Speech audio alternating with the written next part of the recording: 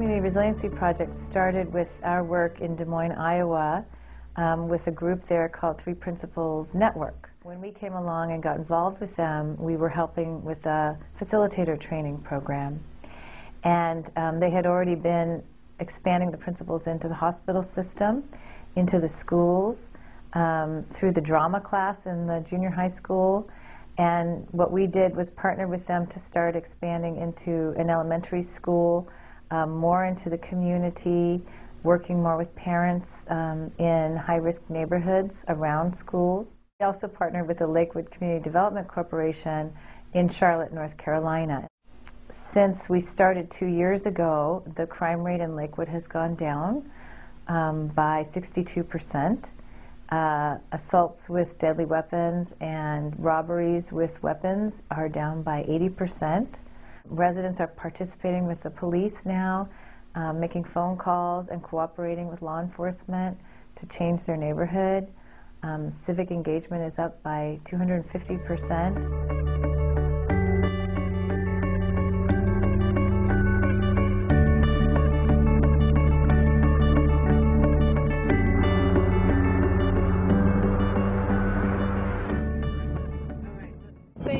Right here has these two houses. People living there, single parents with including their grandchildren. There are 12 people in each one of these houses, each one of these 4-room houses. We met Larry Williams with the Delta Citizens Alliance in the Mississippi Delta. We're spiritual beings, we're human beings, and I think that is the core power of the three principles, is that it sort of equalizes everybody.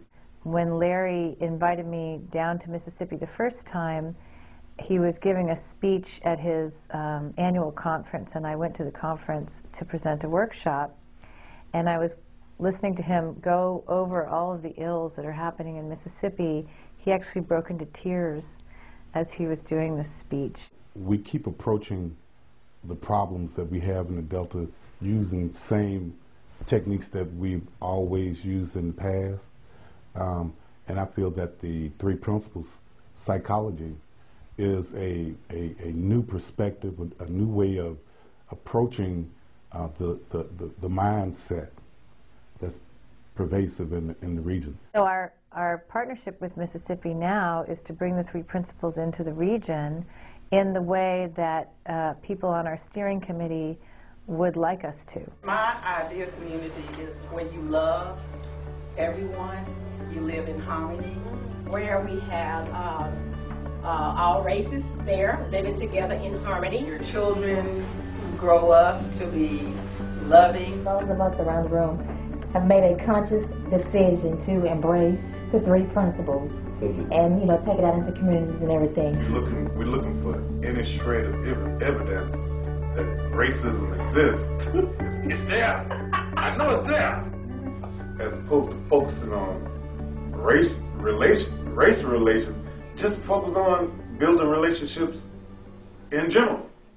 And so when we know that we have agency people on the ground who are learning the principles, and they're in the community, we really trust that learning the principles will elevate the way that they operate with people in their community. And as people in the community learn the principles, then they elevate. And when I say elevate, I mean they elevate their level of consciousness or their state of mind.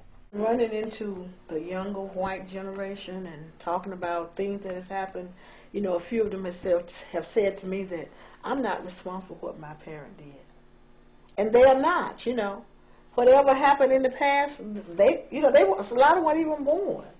Or they had no part of what went on. Today there was something much deeper that I picked up today about the consciousness and the mind and the thinking and how it all kind of blends together and how those three principles can take us to another level of thinking and understanding ourselves and the people that we are working with. If I focus on myself and what I do for me and my surroundings, it overflows into my house, into my co-workers, and just people around me. So if I can get that idea or that understanding to another setting in church or like my Sunday school class or just any other group setting, if I can connect one person that can actually get the same concept or thing that I think I have gotten, then I teach one, they teach one, they connect to one, and it just spread on.